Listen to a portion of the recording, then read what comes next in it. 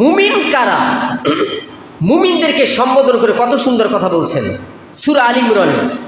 এখন এই জিকিরের কথা আল্লাহ তাআলা বলছেন, আপনি নামাজ পড়বেন, রোজা রাখবেন, হজ করবেন, যাকাত দেবেন, আছে, কিন্তু এর পাশাপাশি যে আপনার আমার জিকির করে আপনার আমার এই কলবটাকে যেন পরিষ্কার করতে হবে। দা কাশিতে পানি লাগলে মরিচা পড়ে যায়, ঠিক তেমনিভাবে আমাদের যে একটা অন্তর আছে, কলফ, আরবিতে কলফ বলা হয়, এই অন্তরটা যাদের মরিচা পড়ে গেছে তাদের কোনো কিছুই ভালো লাগে না, কোনো কিছুই ভালো লাগে না। এই জন্য আল্লাহ তাআলা বলছেন তোমরা সর্বহালতে জিকির করবা। দেখেন প্রতি জুমা আমি একটু জিকির করাই, এই জিকির করলে কি হবে? রাসূল বলছেন তোমরা জিকির করো, জিকির করতে করতে তোমার জিহ্বা তরতাজা রাখো, তারপরে কি হবে? এই সমস্ত বান্দাবান্দি হাসতে হাসতে জান্নাতে চলে যাবে। সুবহানাল্লাহ।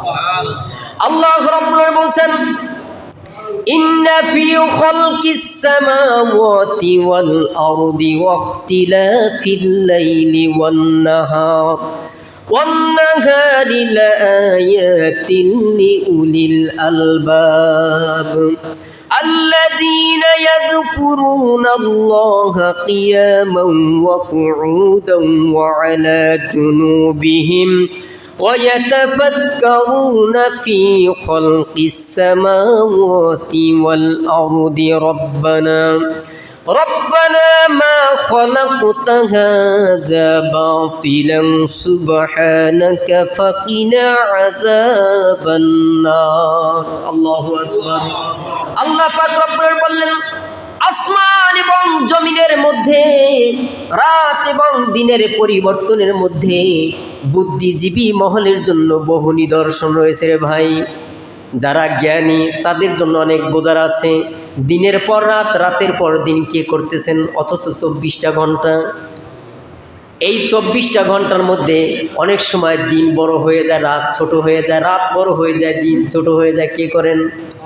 আল্লাহ পাক রব্বুল করতেছেন। এই জন্য আল্লাহ বলছেন আসমান এবং জমিনের মধ্যে, রাত এবং দিনের পরিবর্তনের মধ্যে বুদ্ধিজীবী মহলের জন্য বহু নিদর্শন রয়েছে, বহু শেখা রয়েছে।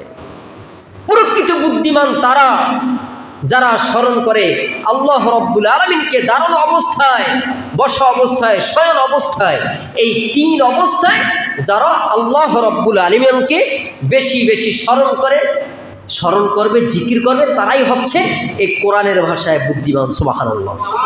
তারা এতটুকুই বলে, ওগো পরওয়ারদিগার, তুমি এ সমস্ত কিছু অনর্থক সৃষ্টি করনি, পবিত্র তুমি, অতএব আমাদেরকে ওই দোজখের আগুন থেকে আমাদেরকে নাজাত দাও, আমাদেরকে জাহান্নামের আগুন থেকে আমাদেরকে মুক্তি দাও। এই কথাগুলো বলে নেককার, পরহেজগার, মুত্তাকি, নামাজিওয়ালা বান্দা এবং বান্দিরি বলে থাকে। ভাইয়ের আমার, আল্লাহ তাআলাকে ভয় করতে হবে। তাকওয়াবান লোকেরা আল্লাহ তাআলাকে ভয় করে, আল্লাহকে সব সময় ভয় করে চলে। কখন যেন আমার দ্বারা গুনাহের কাজ হয়ে যায়, সাথে সাথে তওবা ইস্তেগফার করবেন।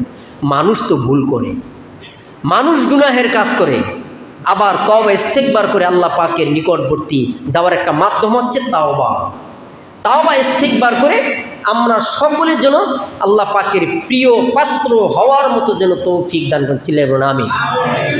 এখন আমি আর একটু পিছনে চলে যাই, আর একটু কথাটা রিপ্লাই করি। সেটা হচ্ছে আল্লাহ তাআলা যে এই পবিত্র কোরআনুল কারীমের সূরা মাইদার 27 নম্বর আয়াতে যে বলছেন, কোন কথাটা? এই কুরবানির কথাটা আমি আর একটু রিপ্লাই করছি বোঝার জন্য, যে কুরবানি শুধু যে আমরা করি তা নয়। কুরবানি সর্বপ্রথম কে করছে? হাবিল এবং কাবিল।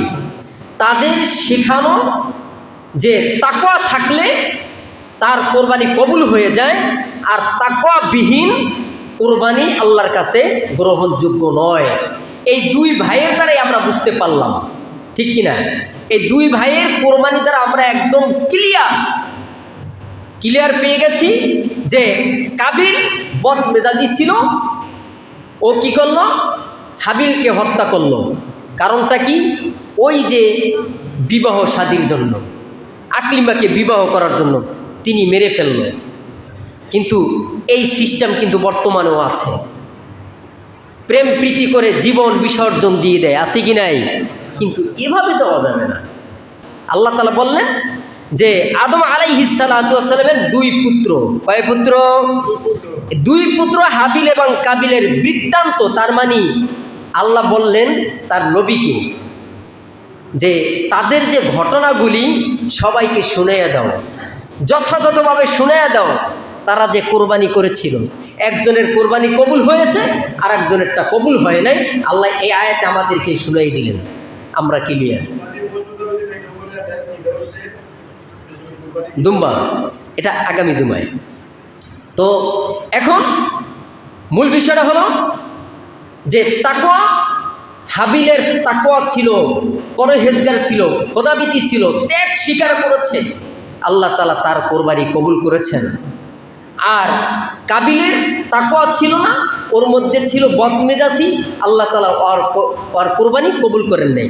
আল্লাহ পাক রব্বুল আলামিন আমরা জিলহজ মাসের 10 তারিখে আমরা কোরবানি করব ইনশাআল্লাহ।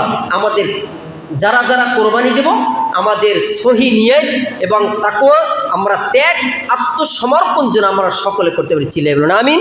আখিরে দাওয়ানা আলহামদুলিল্লাহি রাব্বিল আলামিন।